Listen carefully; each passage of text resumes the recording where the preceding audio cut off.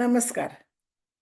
जैसे ही पेट में बच्चा आने की खबर पता चलती है, तब परिवार में सब लोग बहुत खुश हो जाते हैं और बहुत सुंदर स्वस्थ बच्चे की कामना करने लगते हैं, उसके सपने देखने लगते हैं। लेकिन कभी कभी कुछ परिवार में, कभी कभी कुछ बच्चे में कुछ कमी हो सकती है।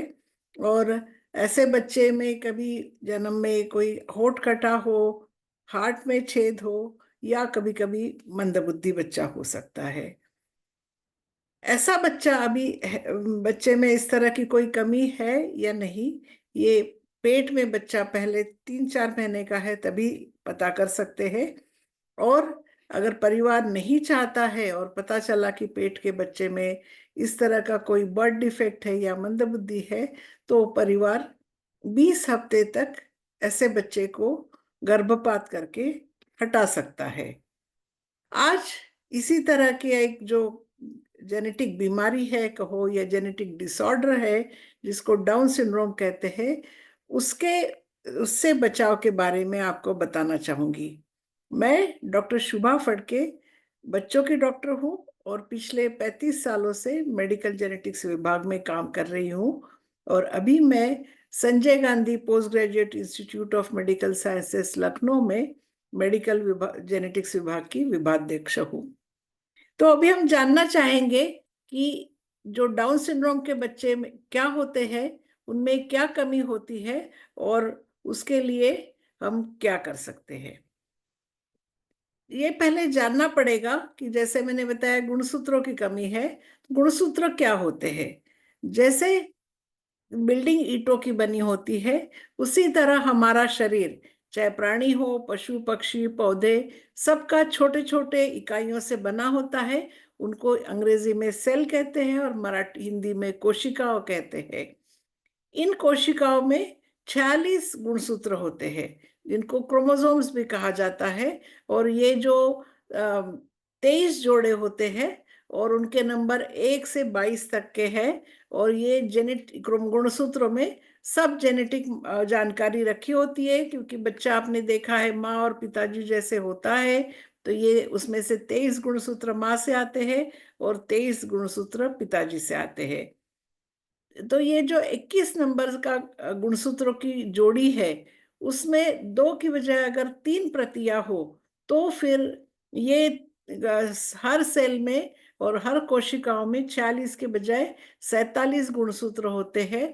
और उनके कारण बच्चे की बनावटी में कोई फर्क आता है, कुछ कमियां आती है। और उसमें विशेष तौर पर है कि ऐसे बच्चे मंदबुद्धि होते हैं या मेंटली रिटार्डेड होते हैं। और ये जो इसको ट्राइसोमी 21 भी कहते हैं, क्योंकि जैसे मैंने बताया 21वें गुणसूत्र के दो के बजाय 3 प्रतियां होती है, इसलिए ट्राई। 1000 बच्चे पैदा होते हैं तो उनमें से एक बच्चे में डाउन सिंड्रोम होता है। और ये किसी भी परिवार में हो सकता है। मंदबुद्धि के या मेंटल रिटार्डेशन के बहुत सारे वजह है, और उनमें से डाउन सिंड्रोम और ट्राइसोमी 21 एक वजह है। लेकिन इसके बारे में हम ज्यादा जानना इसलिए चाहते हैं कि ये सबसे कॉमन वजह है मंदबुद्धि का। कहीं पे भी 100 मंदबुद्धि बच्चे हो, उनमें से व्यक्ति हो, तो उनमें से करीबन 30% बच्चे डाउन सिंड्रोम के होते हैं। और ये भी जानना जरूरी है कि अगर आपके परिवार में सब स्वस्थ है, किसी में भी इस तरह की कमी नहीं है जेनेटिक या गुणसूत्रों की, तब भी डाउन सिंड्रोम का बच्चा किसी भी परिवार में पैदा हो सकता है। उनकी बुद्धि, आईक्यू जिसको हम नापते हैं, और आईक्यू को करीबन 50-60% होती है, जबकि नॉर्मल बच्चों की आईक्यू 80% के से ज्यादा होती है। तो जैसे मैंने बताया, ये बच्चे मंदबुद्धि होते हैं, इसका मतलब ये नहीं कि वो कुछ भी नहीं कर पाते हैं। वो देर से सही, लेकिन चलना बोलना, अपनी देखभाल करना, और कभी कभी मतलब कुछ हद तक उनको ट्रेनिंग करो तो छोटे मोटे काम करना, और ऐसे हंस के खुशहाल जिंदगी बिता सकते हैं। और बड़े होने के बाद भी हो सकता है उनको, लेकिन कुछ हद तक उनको सुपरविजन या मदद की आवश्यकता होती है। डाउन सिंड्रोम के बारे में अधिक जानकारी प्राप्त करने के लिए आप अगर गूगल में, इंटरनेट पे देखेंगे तो कई जानकारी मिलेगी। भारत देश में भी ये डाउन सिंड्रोम के माता पिताओं की एक ग्रुप है। उनकी वेबसाइट पे जो ये लड़की है वो जानकारी बताती है अपने आप ही कि डाउन सिंड्रोम क्या प्रॉब्लम है, या प्रॉब्लम है या नहीं है, वो क्या जानते हैं। तो अगर आपको जानना चाहेंगे तो डाउन सिंड्रोम के बारे में ऐसी कई जानकारी आपको इंटरनेट पे मिल सकती है। ये बच्चे, मैं फिर से बताना चाहूंगी, मंदबुद्धि होते हैं लेकिन अपनी देखभाल करते हैं।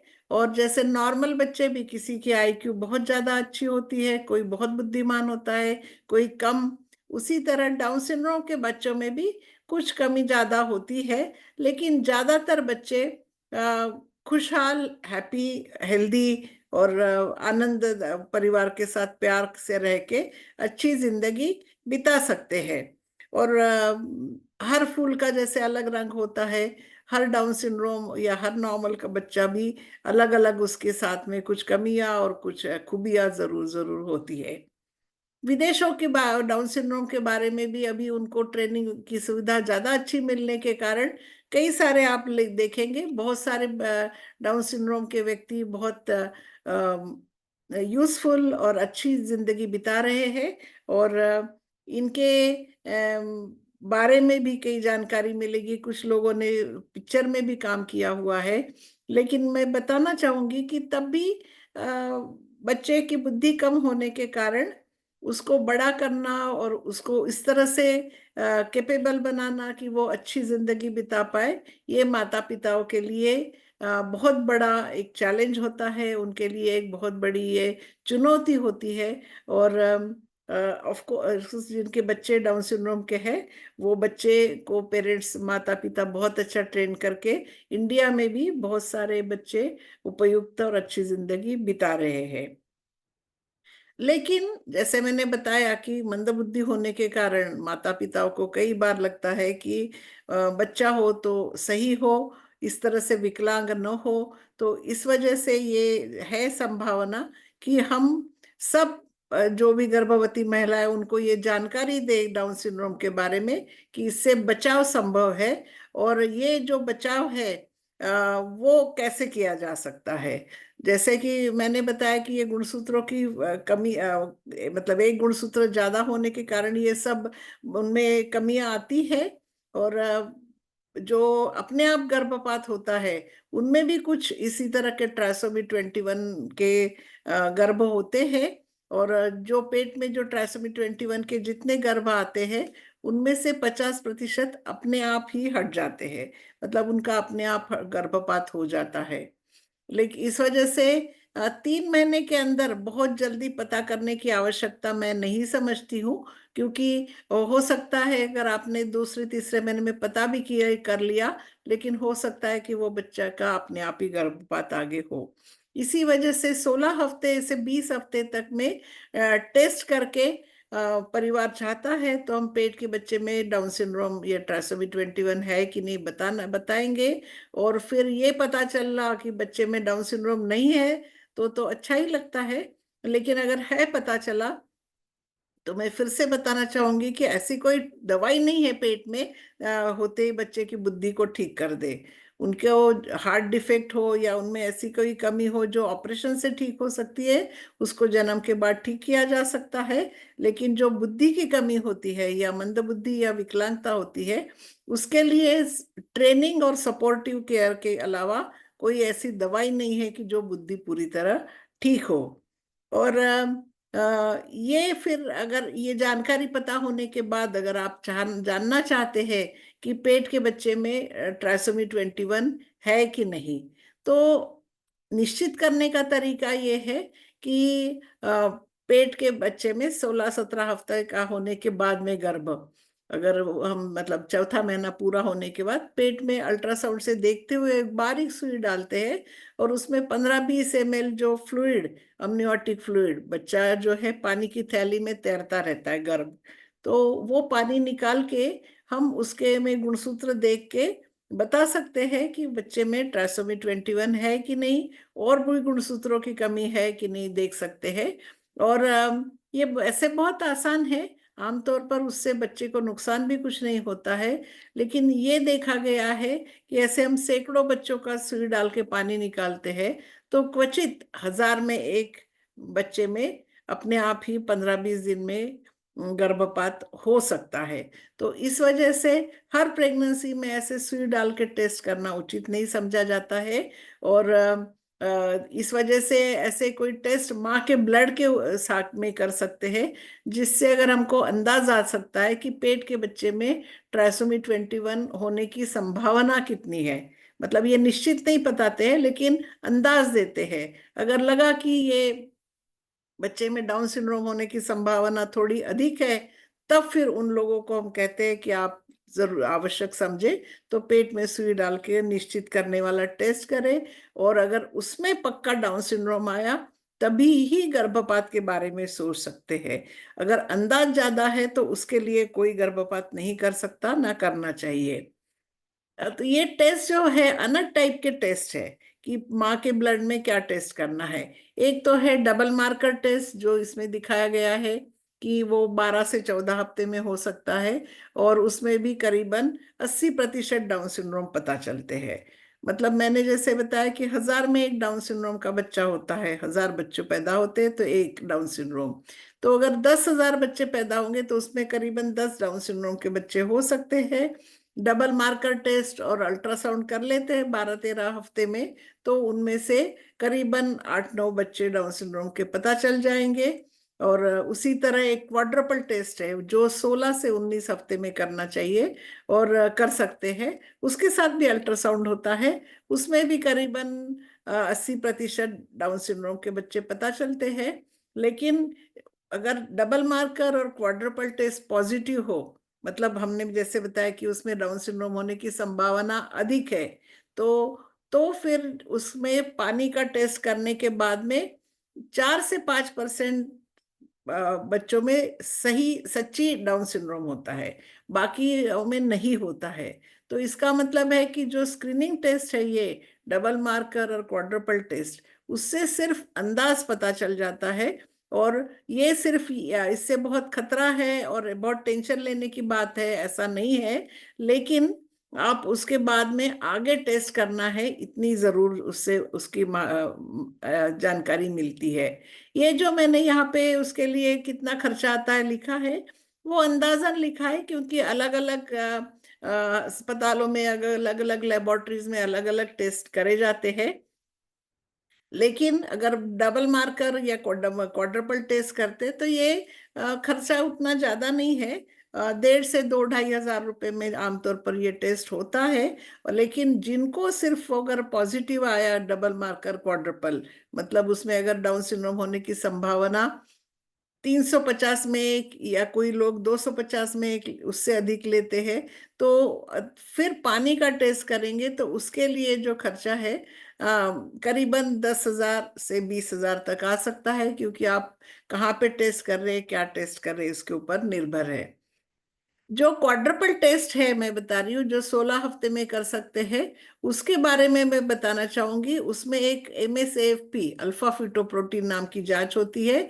और उसमें जो है ये जो न्यूरल ट्यूब डिफेक्ट और या नसों में जो फोड़ा होता है, इसकी भी संभावना बहुत अधिक है। भारत में 1000 बच्चे पैदा होते हैं तो 5 बच्चों को न्यूरल ट्यूब डिफेक्ट होता है, कई तरह के होते हैं। और इनको भी पेट में देखना जरूरी है, क्योंकि इनको भी ऐसे बच्चों को भी कई प्रॉब्लम्स होते हैं और विकलांगता आती है। कभी कभी बच्चे पैदा होने के बाद जल्दी ही खत्म भी हो जाते हैं। तो ये AFP होने के कारण क्वाड्रपल टेस्ट जो 16 से 19 हफ्ते में होता है, उसका मेरे हिसाब से मुझे सब लगता है कि ज्यादा इम्पोर्टेंट है। क्योंकि अल्ट्रासाउंड में भी ये न्यूरल ट्यूब डिफेक्ट दिखता है। लेकिन अगर कभी कभी नहीं दिख पाया या किसी वजह से मशीन अच्छी नहीं हो या कई का कारण हो सकते हैं, मोटापा हो सकता है, तो अगर MSAFP के कारण अगर पता चला कि न्यूरल ट्यूब डिफेक्ट की भी संभावना अधिक है, तो बहुत अच्छी तरह से अल्ट्रासाउंड करके ये कोशिश की जा सकती है कि न्यूरल ट्यूब डिफेक्ट है कि नहीं बहुत अच्छे से निश्चित किया जाए। तीसरा मैंने बताया कि सबका पानी का टेस्ट कर सकते हैं, और उसमें डाउन सिंड्रोम और कई गुणसूत्रों की खराबियों को एक साथ, मंदबुद्धि के कारणों को देखा जा सकता है। लेकिन आमतौर पर वो सब प्रेग्नेंट वीमेन को नहीं बताया जाता है, क्योंकि जैसे मैंने बताया थोड़ा तो भी उसमें अबॉर्शन की, गर्भपात की जो संभावना है, वो सबके लिए ये टेस्ट करना सही नहीं है। लेकिन अल्ट्रासाउंड में कोई खराबी हो, या परिवार में और कोई दूसरी बीमारी हो, या फिर पहले बच्चे में डाउन सिंड्रोम हो, तो फिर डायरेक्टली पानी का टेस्ट कर सकते हैं, जिसको हम कहते हैं डायरेक्टली अम्नियोसेंटेसिस करना। तो ये जो दो जो स्क्रीनिंग टेस्ट और एक निश्चित करने वाली टेस्ट के बारे में बताया, तीसरी एक टेस्ट बताना चाहूंगी जिसको कहते हैं NIPS, और नॉन इन्वेजिव प्रीनेटल स्क्रीनिंग। इसमें क्या है कि वो माँ के ब्लड से ही टेस्ट होता है, लेकिन इसमें जो पेट के गर्भ पल रहा है, उसका जो DNA है या गुणसूत्रों के छोटे छोटे महीन टुकड़े, वो माँ के ब्लड में अपने आप आते हैं, और उनको टेस्ट करा जाता है। तो ये टेस्ट जो है, आजकल के टेक्नोलॉजी का आविष्कार जो है, ये बहुत बहुत आश्चर्यकारक है। और उसमें करीबन 99% डाउन सिंड्रोम पता चल जाते हैं। और ये बहुत जल्दी 10 हफ्ते में भी कर सकते हैं। लेकिन जैसे मैंने बताया कि बहुत जल्दी 13-14 हफ्ते के पहले करना मैं उचित नहीं समझती हूँ, क्योंकि हमको देखना चाहिए अपने आप, जो अगर सही नहीं है और वो बॉडी अपने आप हटा देती है, तो उसके बाद ये सब टेस्ट करने चाहिए। और संभव हो तब भी 10 हफ्ते में इतने जल्दी ये टेस्ट करने की आवश्यकता नहीं है NIPS। दूसरी बात मैं बताना चाहूंगी कि जैसे NIPS में ज्यादातर डाउन सिंड्रोम के बच्चे पता चल जाते हैं, लेकिन ये भी 100% नहीं है। क्वचित एक आधा उसके डाउन सिंड्रोम का बच्चा पता भी न चले, और जो पॉजिटिव आते हैं उनको भी पानी का टेस्ट करना जरूरी होता है, क्योंकि उसमें भी एक आध बार गलत रिपोर्ट आ सकती है NIPS की। तो अगर आपको डाउन सिंड्रोम है, इस वजह से हटाना हो, तो पानी का टेस्ट, NIPS में आया भी डाउन सिंड्रोम, तब भी पानी का टेस्ट अम्नियोसेंटेसिस करके निश्चित करे बगैर हटाना नहीं चाहिए। और तीसरी बात और ये बताना चाहूंगी कि ये NIPS काफी महंगा है, डबल मार्कर और क्वाड्रपल के ऐसे में वो करीबन 5 से 7-8 गुना महंगा है। और इतनी महंगी टेस्ट, जो कि हमको डबल मार्कर और क्वाड्रपल टेस्ट में ज्यादातर वही सब जानकारी मिल जाती है। एक हाथ डाउन सिंड्रोम अगर उसमें नहीं, मतलब मिस हो गया, पता नहीं चला, तब भी पानी के टेस्ट में जो है और मंदबुद्धि के कारणों को देखा जाता है। इस तरह से डबल मार्कर और क्वाड्रुपल टेस्ट के भी कुछ और फायदे हैं। और इस वजह से NIPS बहुत महंगा होने के कारण सबने करने की आवश्यकता है ऐसा मैं नहीं समझती हूँ। प्रेगनेंसी में और भी टेस्ट होते हैं, और भी इलाज के लिए खर्चे रहते हैं, तो वो सब देखते हुए इतना 10-15 हज़ार रुपए का टेस्ट एक ही बीमारी के लिए, जो 1000 में एक बच्चे में पैदा होती है, उसके लिए कितने पैसे खर्च करना, ये अपना अपना परिवार का निर्णय हो सकता है। और ये मैं बताना चाहूंगी कि ये NIPS या जो माँ के ब्लड से सेल फ्री DNA से टेस्ट करते हैं, वो अच्छा होने के बावजूद भी इतना जरूरी नहीं है कि सब लोग इतना महंगा टेस्ट करें।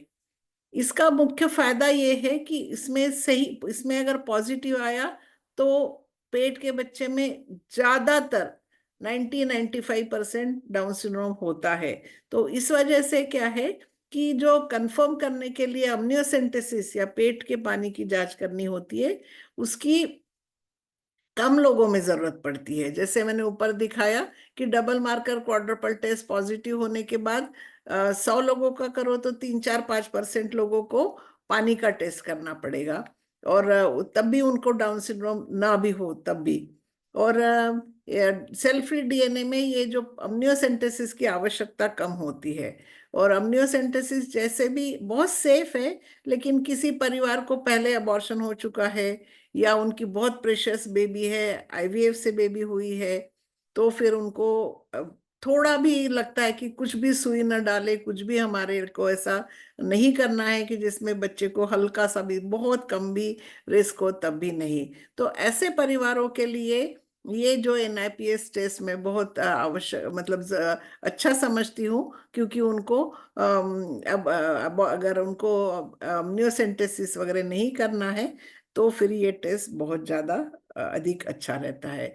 तो ये जानकारी जो मैं बहुत ज्यादा टाइम में बता रही हूँ, ये समझना बहुत जरूरी है कि क्योंकि ये अगर एक ही टेस्ट होती थी तो सब डॉक्टर बता देते थे कि आप एक के बाद, जब आप 16 हफ्ते में आओ पानी का टेस्ट कर लो, ऐसा कर लो, वैसा कर लो। लेकिन ये आपके लिए 3-4 ऑप्शंस है, मतलब इनमें से आप कुछ भी चूज कर सकते हैं क्या करना है। ये आपको निर्णय लेना है, आपके लिए क्या लग रहा है कि इतना खर्चा कितना करना है, ये कई चीजें हैं जिसका निर्णय परिवार को लेना है। इसलिए मैंने ये सब टेस्ट के फायदे और नुकसान सब अलग अलग से बताए। और ये बहुत इंपॉर्टेंट जानकारी है, क्योंकि कई बार मैं देखती हूँ ये जानकारी सही नहीं मिलने के बाद कारण लोग बहुत महंगी जांच NIPS कर लेते हैं, जबकि उनके पास उतना पैसे का नहीं रहता है। तब भी वो कहते हैं कि नहीं, कॉस्टली जांच होगी तो बहुत अच्छी होगी। लेकिन अच्छी है, लेकिन इतनी अच्छी नहीं कि जिसके लिए आप बाकी डिलीवरी के खर्चों को कम करके NIPS के लिए इतना महंगा टेस्ट कराओ। क्योंकि इतनी महंगी टेस्ट होने से सब लोगों को क्या लगता है कि सब मंदबुद्धि के कारणों को देखा गया है। ऐसा नहीं है। सिर्फ 1000 में एक जो डाउन सिंड्रोम होता है उसके लिए मुख्यतः ये जांच होती है। और इसके अलावा गुणसूत्र 13 और 18 के लिए भी जांच होती है। लेकिन ये दो 9 गुणसूत्रों के लिए सेल फ्री DNA की जांच की इतनी आवश्यकता मैं नहीं समझती हूँ, क्योंकि उसमें अल्ट्रासाउंड में भी कई कमियां दिखती है। और ये 13 और 18 के गुणसूत्रों के जो प्रॉब्लम्स है, वो 40,000 में एक या बहुत कम मात्रा में पाए जाते हैं। उसके लिए इतनी महंगी टेस्ट करने की उतनी आवश्यकता नहीं है। तो ये जानकारी आपको हो तो फिर आपके डॉक्टर को भी हो, और उस मिलके आप निर्णय ले सकते हैं आप क्या करना चाहते हैं। इसमें एक और बताना चाहूंगी कि एक बार डबल मार्कर, उसके बाद क्वाड्रपल टेस्ट, इस तरह से दो दो टेस्ट करने की बिल्कुल आवश्यकता नहीं है, क्योंकि ये अंदाज देते हैं, स्क्रीनिंग टेस्ट करते हैं। अगर एक टेस्ट निगेटिव आई तो मतलब डाउन सिंड्रोम होने की संभावना कम है, आगे कुछ न करे, छोड़ दीजिए। क्योंकि इसके अलावा भी प्रेगनेंसी में कई चीजों के लिए आपको खतरा होता है। डिलीवरी तक ब्लड प्रेशर बढ़ सकता है, डायबिटीज होता है। तो हर चीजों के लिए सही मायने में देखना जरूरी है, और सही पर्सपेक्टिव में देखना जरूरी है। डाउन सिंड्रोम के लिए अगर एक टेस्ट में निगेटिव आया तो उसके आगे कुछ करने की आवश्यकता मैं नहीं समझती हूँ। तो मेरे हिसाब से, जैसे मैंने बताया, बहुत से आपके लिए चॉइस है कि ये करो वो करो। तो अगर आप प्रेगनेंसी में, आपकी प्रेगनेंसी 13-14 वीक के अंदर है, तो 13 वीक से लेके 13 वीक 5 डेज तक, मतलब 14 वीक के जस्ट कम तक एक अल्ट्रासाउंड करना चाहिए, जिसमें बच्चे का कितनी बढ़ोतरी सही है कि नहीं, ये सबसे पहले जानकारी मिलती है। उसमें कोई बहुत बड़ी खराबी हो, तो जैसे कि सिस्टिक हाइग्रोमा, तो फिर वो पहले ही पता चल जाता है कि गुणसूत्रों की खराबी होगी, फिर ये स्क्रीनिंग टेस्ट वगैरह नहीं करने होते हैं। और इसके अलावा जो एक न्यूकल ट्रांसलूसेंसी जो भी डाउन सिंड्रोम के लिए एक अंदाज देती है, उसकी भी अल्ट्रासाउंड में दिख जाता है। ट्विंस हो, जुड़वा बच्चे हो, तो वो भी दिख सकता है। ये इस महत्वपूर्ण जानकारी प्रेगनेंसी के लिए बहुत जरूरी है। तो उसके बाद में फिर अगर आप लगते हैं सही समझते हैं तो डबल मार्कर करिए। NIPS मैंने कहा कि अगर पैसे की कोई दिक्कत नहीं हो तो कोई भी NIPS भी कभी भी कर सकता है, लेकिन तब भी वो 12-13 हफ्ते के पहले नहीं करना चाहिए।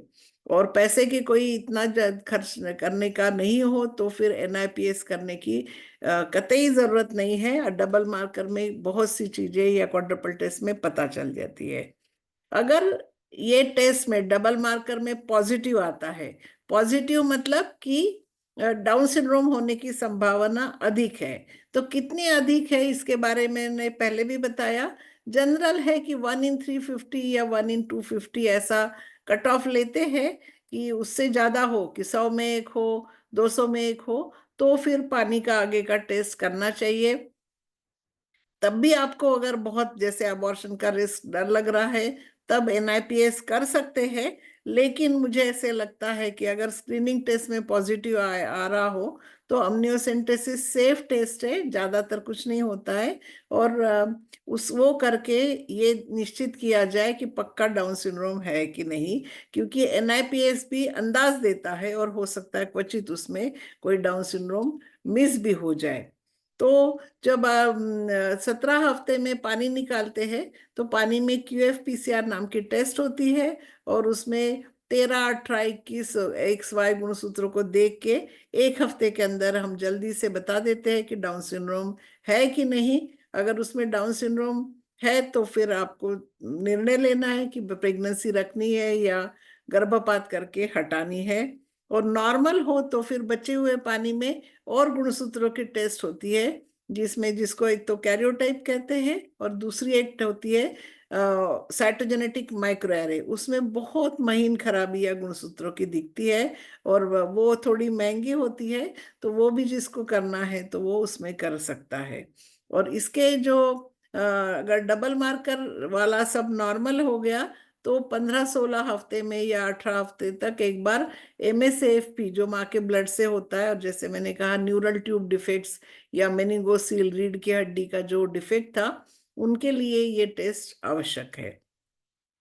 अगर पहले इसमें अल्ट्रास आप नहीं आ पाए, या जब भी पेशेंट आया पहली बार आया तो एकदम 15-16 हफ्ते बाद ही आया है, या फिर 13 हफ्ते में आके भी आपने सोचा कि नहीं एक बार आप MSAP और सब मिला के डायरेक्टली क्वाड्रपल टेस्ट कर ले, तो वो भी सही है।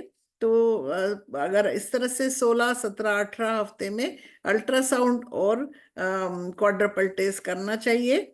और जैसे मैंने फिर से बताया कि अगर पैसे की दिक्कत नहीं हो तो कोई कभी भी NIPS कर सकता है। और ये जो क्वाड्रपल टेस्ट की रिपोर्ट 1 हफ्ते में आती है, कभी भी ये पक्का देख समझना चाहिए कि जब भी आप टेस्ट करते हैं 1 हफ्ते के अंदर उसका रिपोर्ट देखना भी चाहिए और उसको डॉक्टर को भी दिखाना चाहिए, क्योंकि ये टेस्ट के रिपोर्ट के ऊपर निर्भर है कि आगे क्या करना है। अगर आप 1-2 महीना भूल गए कि ये टेस्ट हमने किया था और 20, 22, 24 हफ्ते हो गए, तो फिर वो टेस्ट का कोई मतलब नहीं रहता, क्योंकि ये टेस्ट पॉजिटिव हो तो तुरंत के तुरंत आपको आगे क्या करना है इसके बारे में जानकारी डॉक्टर से समझ लेनी है। और जैसे मैंने बताया कि पॉजिटिव वालों को आगे निश्चित करने के लिए पेट से पानी निकाल के जांच करनी आवश्यक होती है। और ये पानी के टेस्ट जैसे मैंने बताया बहुत आसान होती है, हल्का सा दर्द होता है बहुत ज्यादा, और अल्ट्रासाउंड से देखते हैं बच्चे को भी नुकसान नहीं होता है। और ये देखा गया है कि हजारों लोगों का अगर हम पानी का टेस्ट करते हैं तो 1000 में से एक किसी को क्वचित गर्भपात अपने आप हो जाता है। और वो इसके कारण हुआ कि नहीं हुआ ये कहना बड़ा मुश्किल है, क्योंकि अपने आप भी कभी कभी किसी को भी किसी समय भी गर्भपात हो सकता है। लेकिन ये थोड़ी सी जो संभावना है, हल्की सी रिस्क है, उसके बारे में हम सबको जानते हैं। और उनको उसके लिए कंसेंट में अपनी सिग्नेचर देनी होती है, हम उनसे ऐसी परमिशन ले लेते हैं कि आपको जानकारी दिए कि क्वचित ये प्रोसीजर से गर्भपात हो सकता है। और फिर से बताना चाहूंगी कि अगर डबल मार्कर निगेटिव हो या पॉजिटिव हो तो उसके बाद क्वाड्रपल टेस्ट करना, क्वाड्रपल टेस्ट वो हो तो उसके निगेटिव हो तो फिर NIPS करना। इस तरह से एक के बाद एक स्क्रीनिंग टेस्ट करने की कोई विशेष उसका महत्व नहीं है और उसका कोई उपयोगिता नहीं है। वो एक दूसरे को कोई सपोर्ट करने की बजाय अलग अलग रिपोर्ट्स आए और उसी में आप डाउन सिंड्रोम जो 1000 में एक होता है उसके लिए इतनी ज्यादा टेस्ट करने की आवश्यकता नहीं होती है। अभी हम जानेंगे जो मैंने पहले भी बताया कि पॉजिटिव स्क्रीनिंग टेस्ट मतलब क्या होता है।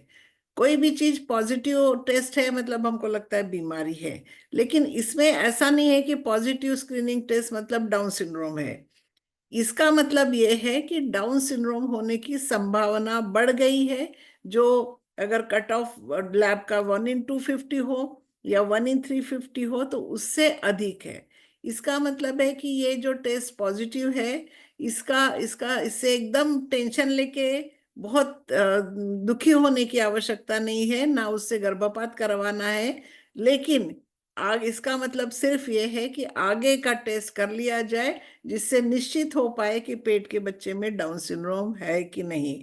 और अगर ये जो पॉजिटिव ट्रिपल डबल मार्कर या क्वाड्रपल टेस्ट आता है, तो उसमें बाद हम पानी का टेस्ट करते हैं, तो 4 से 5% में ही सच्ची डाउन सिंड्रोम होता है। बाकी 95% बच्चे में 21वें गुणसूत्र पूरी तरह नॉर्मल होते हैं, और उसमें डाउन सिंड्रोम नहीं होता है। तो जब तक सच्ची पानी के टेस्ट में डाउन सिंड्रोम है ये पक्का नहीं पता चला, तब तक बहुत टेंशन लेने की कोई आवश्यकता नहीं है। और लेकिन समय से टेस्ट करना बहुत जरूरी है।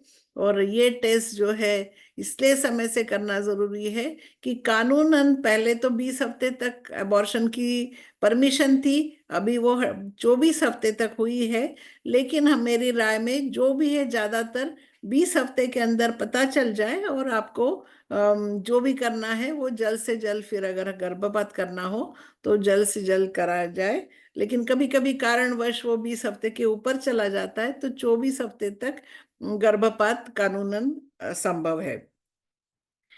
फिर ये बताना चाहूंगी कि डाउन सिंड्रोम है कि नहीं, चाहे आपने क्यूएपीसीआर किया, कैरियोटाइप किया, डबल मार्कर, क्वाड्रपल टेस्ट, इनसे सिर्फ 21वें गुणसूत्रों के बारे में जानकारी मिलती है। पानी के टेस्ट से सब गुणसूत्रों के बारे में मिलती है। लेकिन ऐसा कोई टेस्ट नहीं कि जिससे, चाहे एनआईपीएस आप कह रहे हो कि बहुत महंगा है, 15,000 का है, लेकिन ऐसी टेस्ट, इसका मतलब ये नहीं है कि सब मंदबुद्धि के कारणों को देखा गया है और गारंटी है कि बच्चे की बुद्धि ठीक हो। ऐसा नहीं है। वो सिर्फ एंड सिर्फ 21वें गुणसूत्रों को, या 13 और 18 गुणसूत्रों को देखता है। इसके अलावा एक एनआईपीएस टेस्ट है जो सब गुणसूत्रों को देखती है, लेकिन उसमें गलत होने की संभावना अधिक है। और ये सब इतने कम मात्रा में देखे जाते हैं कि उसके लिए टेस्ट करने से कई बार ज्यादा आपको पानी का टेस्ट करने की जरूरत पड़ेगी, और अम्नियोसेंटेसिस की ज्यादा जरूरत पड़ेगी, और उससे अबॉर्शन की भी संभावना हो। तो अभी तक जो बहुत सारे हर गुणसूत्रों के लिए एनआईपीएस करने के लिए किसी भी साइंटिफिक कमिटी का कहना है नहीं है कि ये करो। तो हमारी राय में सब गुणसूत्रों के लिए एनआईपीएस नहीं करना चाहिए। पानी निकालने के लिए जैसे मैंने बताया, यहाँ पे दिखाया गया है कि वो सुई डाली जाती है, अल्ट्रासाउंड से देखते पानी का जो एक पॉकेट होगा उसमें से पानी निकाला जाता है।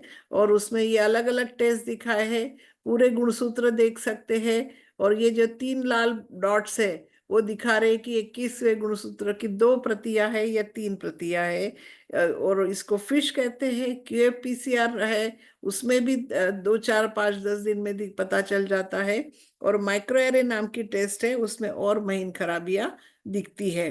तो ये जो अलग अलग टाइप के टेस्ट है, वो कितने दिन में रिपोर्ट मिलता है और वो लैब क्या कर रही है, वो सब आपको समझ लेना चाहिए, ताकि आपको कब रिपोर्ट के लिए आना है और क्या जानकारी मिलेगी ये पता चलेगा। अगर आपने सिर्फ जैसे जिसमें दिखा रहा है कि क्यूएपीसीआर किया है, और वो क्यूएपीसीआर हम आमतौर पर 13, 18 और 21 गुणसूत्रों के लिए करते हैं। तो अगर क्यूएपीसीआर नॉर्मल है, मतलब है कि 13, 18 और 21वें गुणसूत्रों का नॉर्मल दो दो जोड़ियां है बस।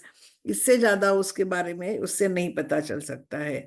और माइक्रो एरे है, वो सब गुणसूत्रों का देखता है, और खराबियां और बहुत महीन खराबियां भी देख सकता है। और जब पानी निकाल के अगर हम टेस्ट के लिए भेजेंगे, 100 लोगों का माइक्रो एरे या सीएमए करते हैं, उनमें से 1% में, चाहे अल्ट्रासाउंड पूरा नॉर्मल हो, 1% में कभी कभी कुछ खराबी मिलती है कि जो जिसके कारणवश बच्चा मंदबुद्धि हो सकता है। लेकिन नॉर्मल अगर सब रिपोर्ट्स हुए, तो हम कहेंगे कि गुणसूत्रों की खराबी नहीं है, लेकिन बच्चे की बुद्धि पूरी तरह नॉर्मल है, ऐसा कोई बताने का टेस्ट अभी भी उपलब्ध नहीं है।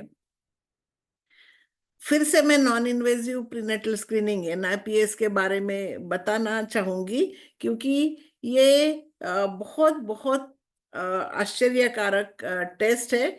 ऐसे देख पाना कि जिसकी तरह से सब मतलब इतना आसान हो कि बच्चे पेट के गर्भ के DNA को हम माँ के ब्लड से देख ले।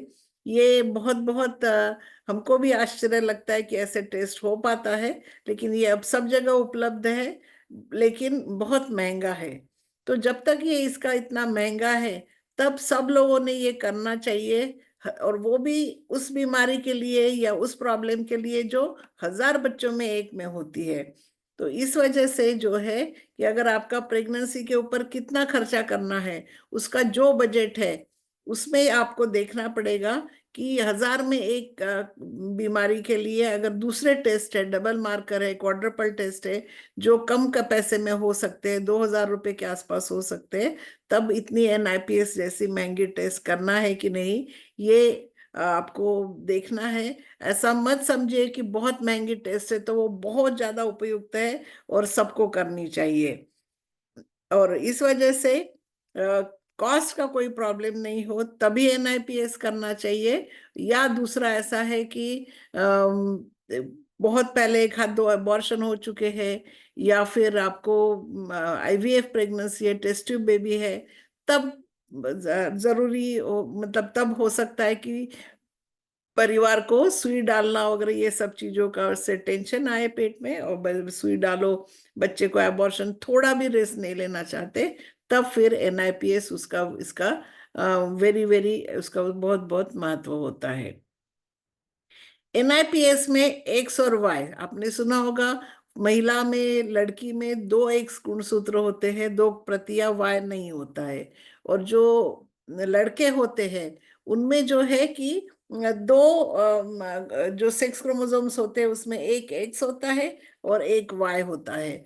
तो ये भी NIPS में दिख सकता है, लेकिन मेरे राय में ये बिल्कुल करना नहीं चाहिए। क्योंकि जो एक गुणसूत्रों की जो खराबियां होती है, उनको ज्यादातर उनको कोई मंदबुद्धि नहीं होती है। उनकी बुद्धि ठीक होती है, उनको कोई जानलेवा खराबी नहीं होती है, उनकी लाइफ एक्सपेक्टेंसी ठीक होती है। और जैसे 45X और 47XXY में मुख्य प्रॉब्लम है कि उनको इनफर्टिलिटी होगी, या फिर वांझपना या बच्चे नहीं होना। लेकिन आजकल आपको सबको पता है कि artificial reproductive technique, test tube baby द्वारा सबको बच्चे के लिए संभव है कि उनके लिए, बच्चों के लिए मदद की जा सकती है और सबको बच्चे हो सकते हैं। जो और दो खराबियां है, 47XXX और 47XYY, ये तो व्यक्ति पूरी तरह नॉर्मल होते हैं, जिंदगी भर उनको पता भी नहीं चलेगा कि उनको इस तरह से गुणसूत्रों का फर्क है। तो इस वजह से अगर आप इस सेक्स क्रोमोसोम्स के लिए स्क्रीनिंग करेंगे और इसमें ये सब कोई खराबी पता चली, और फिर पेट के बच्चे के बारे में बहुत लोगों को हमने देखा है, बहुत ज्यादा टेंशन आ जाता है। उनको कभी कभी जानकारी दी जा सकती है कि इन बच्चों को भी शायद आगे चल के कोई प्रॉब्लम हो, और वो डर के मारे, टेंशन में के मारे कभी कभी इस तरह के पूरी तरह नॉर्मल जो व्यक्ति हो सकते हैं उनको कोई लोग अबॉर्ट भी कर देते हैं, गर्भपात कर देते हैं। तो उसके कारण मुझे ऐसे लगता है कि सेक्स क्रोमोसोम्स के खराबी के लिए NIPS में नहीं करना चाहिए। अगर हम पेट में से पानी निकाल के हम टेस्ट करते हैं और उसमें दिख जाता है तो हम बताते हैं, लेकिन साथ में ये भी बताते हैं कि इनके लिए अबॉर्शन नहीं करना चाहिए। उसी तरह कुछ कुछ और का कमियां है।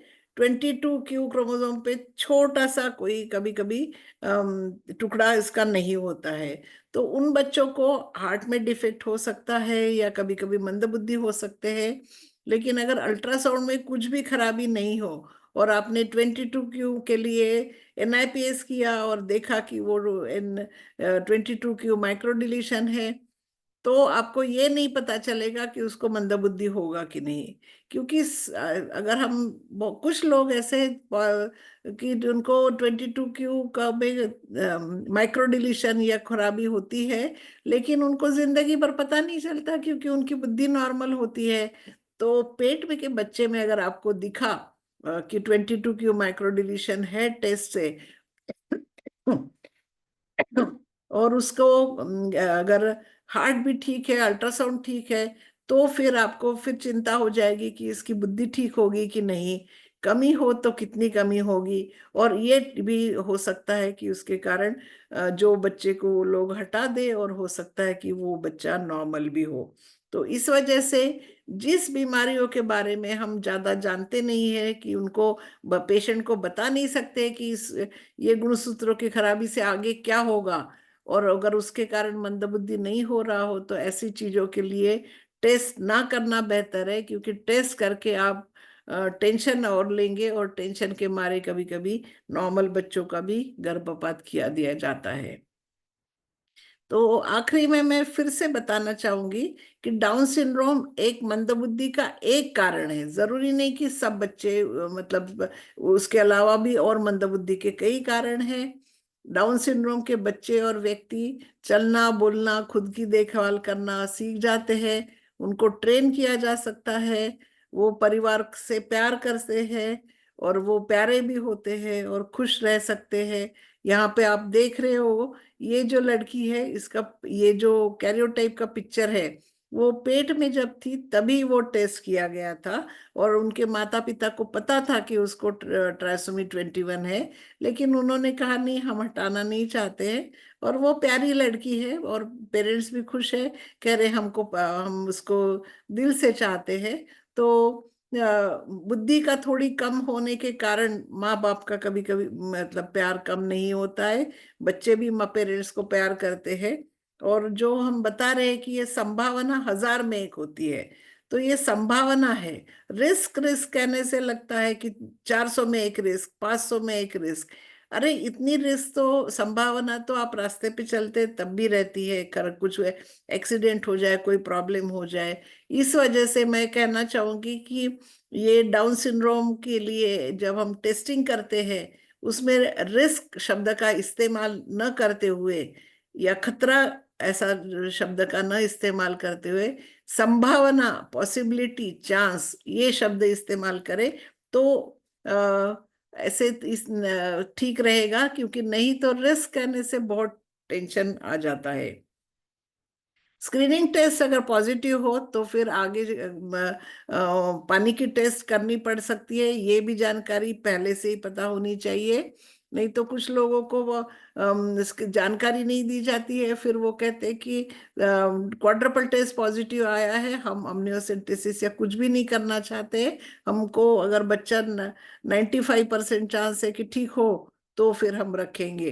तो इस वजह से ये जो मेरा अभी आज इतना लंबा भाषण देने का उद्देश्य यही है कि सब लोग समझे डाउन सिंड्रोम क्या है, और वो कैसे हम उसके बारे में पता कर सकते हैं, ताकि आप अपने लिए निर्णय ले पाए कि आप पेट के बच्चे में डाउन सिंड्रोम है कि नहीं, पता करना चाहेंगे कि नहीं, पता चला तो आप हटाना चाहेंगे कि नहीं, क्योंकि इसके लिए कोई इलाज नहीं है। तो अगर आपको उसकी रोकथाम करनी है, तो फिर पेट के बच्चे को हटाना पड़ता है, टर्मिनेशन करना पड़ता है। और डाउन सिंड्रोम नहीं है पता चला, तो ये कोई गारंटी नहीं है कि बुद्धि बच्चे की 100% सही हो। कई अनेक कारण है कि जो इसके कारण बच्चा मंदबुद्धि हो सकता है। तो ये सब जानकारी देखते हुए आपको अपने लिए क्या, आपके परिवार के लिए क्या सही है, इसके बारे में निर्णय लेना होगा। और उसके बारे में, डाउन सिंड्रोम के बारे में बहुत प्रेगनेंसी भर टेंशन लेने की आवश्यकता नहीं। एक बार 15, 16, 17 हफ्ते में एक टेस्ट कर लीजिए, निगेटिव हो तो कुछ नहीं करिए, पॉजिटिव हो तो पानी का टेस्ट, या फिर क्वचित NIPS लग रहा है तो वो करा लीजिए। लेकिन 9,000 बच्चे पैदा हो तो 99 बच्चों को डाउन सिंड्रोम नहीं होता है। तो सबको जो है इसी मात्रा में डाउन सिंड्रोम के बारे में टेंशन लेना चाहिए, ना कि प्रेगनेंसी भर और हर टेस्ट कर करके हमको डाउन सिंड्रोम नहीं है कर निश्चित करना है, ऐसी आवश्यकता नहीं है।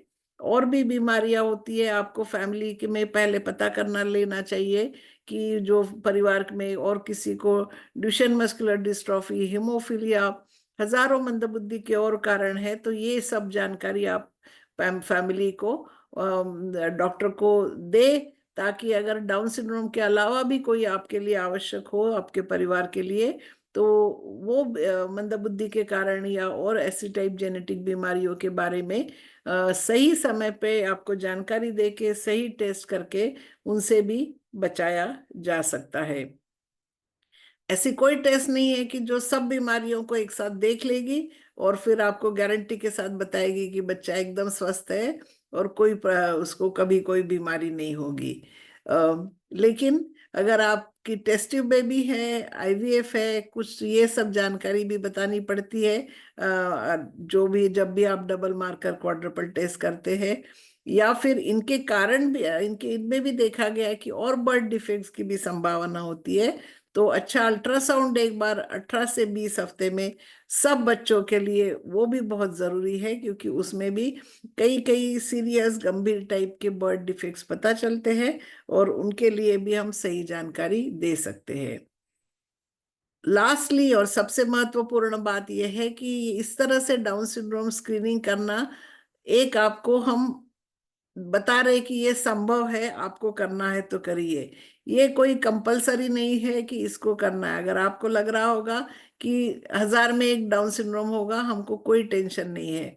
कभी कभी लोग कहते हैं कि इतने साल बच्चा नहीं आया था पेट में, अब बच्चा आया है, अब हमको कोई ज्यादा टेस्ट नहीं करना है, बच्चा अल्ट्रासाउंड से देख लीजिए, सही हो तो फिर हम ये सब टेस्ट नहीं करना पाए चाहेंगे। तो इस तरह से अलग अलग परिवार की अलग अलग आवश्यकता होती है, अलग अलग उनका विचार करना हो सकता है, अलग नजरिया हो सकता है। तो इसी वजह से आप सबको ये जानकारी उपयुक्त हो और निर्णय लेने में आपको उसमें मदद होगी, ऐसी मेरी आशा है। और मेरी तरफ से मुझे अगर एक किसी को सबको बताना हो, तो मेरी राय है कि एक बार 13 हफ्ते में एक अल्ट्रासाउंड कर लेना चाहिए। प्रेगनेंसी में सबसे पहले 13 हफ्ते में, 13 से 14 हफ्ते के बीच, तब डबल मार्कर कर लिया तो अच्छी बात है। और नहीं तो 15 से 17 वीक में एक बार क्वाड्रुपल टेस्ट कर ली जाए और 18 से 20 हफ्ते में एक अल्ट्रासाउंड अच्छा कर लिया जाए, जिसमें कई खराबियों को और बर्थ डिफेक्ट्स को देखा जा सकता है। दो दो स्क्रीनिंग टेस्ट नहीं करना है। एक क्वाड्रुपल टेस्ट के पहले एक ट्रिपल मार्कर टेस्ट होती थी, उसका अभी कोई भी उपयोग नहीं है, वो बिल्कुल नहीं करनी चाहिए। एंड ये जो टेस्ट है वो सब देर से भी करें, 20 हफ्ते में भी कर सकते हैं, 21 हफ्ते में भी क्वाड्रुपल टेस्ट कर सकते हैं। लेकिन उसके बाद फिर हमारे पास समय कम रहता है, क्योंकि जो गर्भपात की समय सीमा 24 हफ्ते है, तो हमको सब चीजें जो समय से करनी हो, तो सही समय की 15 16 17 18 हफ्ते तक क्वाड्रुपल टेस्ट हो जाना चाहिए। और ताकि जो भी उसमें रिपोर्ट आता है और उसके अनुसार जो आगे टेस्ट करना है, आगे जो निर्णय लेने हैं, हम वो जो कानूनन समय सीमा के अंतर्गत सही जानकारी और सही टेस्ट कर सकते हैं। ये सब कुछ मेरे डाउन सिंड्रोम के छोटे छोटे मित्र है। और वो साल में एक बार हम 21 मार्च को, क्योंकि 21 गुणसूत्रों के लिए 21 मार्च तीसरा महीना, 3 प्रतियों के लिए इस दिन हम मिलके बहुत खुशी मनाते हैं, उनसे सीखते भी हैं। और वो जो है वो बच्चे कितने खुश रह सकते हैं और ये भी देखते हैं। तो ये हमारे पूरे साल भर का एक बहुत बहुत महत्वपूर्ण दिवस होता है, जिसमें हम उनके वो हमारे साथ खुशियां बांटते हैं और हम उनसे खुश रहना सीखते हैं। तो ऐसी अनेक डाउन सिंड्रोम के बारे में जानकारी आपको उपलब्ध होगी और आप देख सकते हैं। और कोई सवाल हो तो आप जरूर मुझे सवाल लिख के भेजिए, पता कर सकते हैं। और बाकी डाउन सिंड्रोम के अलावा भी प्रेगनेंसी की केयर बहुत महत्वपूर्ण है, तो वो सब आप आपके जो डिलीवरी के डॉक्टर है उनकी राय से सब करते रहे। और डाउन सिंड्रोम का बहुत ज्यादा टेंशन ले लेके पूरा प्रेगनेंसी में, कई बार मैं देखती हूँ बहुत सारे लोग बहुत परेशान होते हैं। और इस तरह से एंग्शियस होना, इस तरह से टेंशन प्रेगनेंसी के लिए अच्छा नहीं है। और ये पूरी जानकारी से मुझे लगता है कि आपको सही मायने में डाउन सिंड्रोम और उसके लिए कैसे टेस्ट किए जा सकते हैं और कैसे रोकथाम की जा सकती है पता चलेगा। और उसके कारण फिर आपको बहुत ज्यादा वो जो ये सब टेस्ट के रिजल्ट से और जानकारी से टेंशन आता है, उससे भी आपका जरूर बचाव होगा। ये सब सुनने के लिए थैंक यू वेरी मच।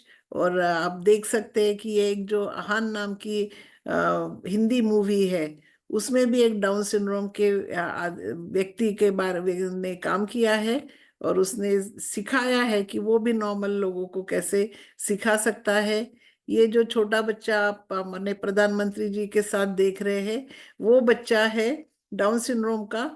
उसके पिताजी ने उसको किसी अनाथालय से गोद लिया था, और उसको फिर उसने हार्ट का ऑपरेशन करवाया, ट्रेनिंग करवाया, और वो सब करते हुए देखिए वो उसने जो हिमालय का जो एवरेस्ट का जो बेस कैंप है, वहां तक वो बच्चा और उसके पिताजी चढ़ के चले गए। तो डाउन सिंड्रोम के बच्चों को और व्यक्तियों को कई लोगों ने देखा नहीं होता है, और एक जो इमीडिएटली होता है कि मंदबुद्धि हो तो हमको नहीं चाहिए बच्चा। तो अभी आपको मैं जो सही मायने में डाउन सिंड्रोम कैसे होते हैं वो भी एक दिखाने की मैंने इसमें कोशिश की है। और ये आपके पूरा निर्भर है कि आपको डाउन सिंड्रोम के लिए से बचाव करना है या नहीं करना है, और उसके लिए क्या टेस्ट करना है। धन्यवाद।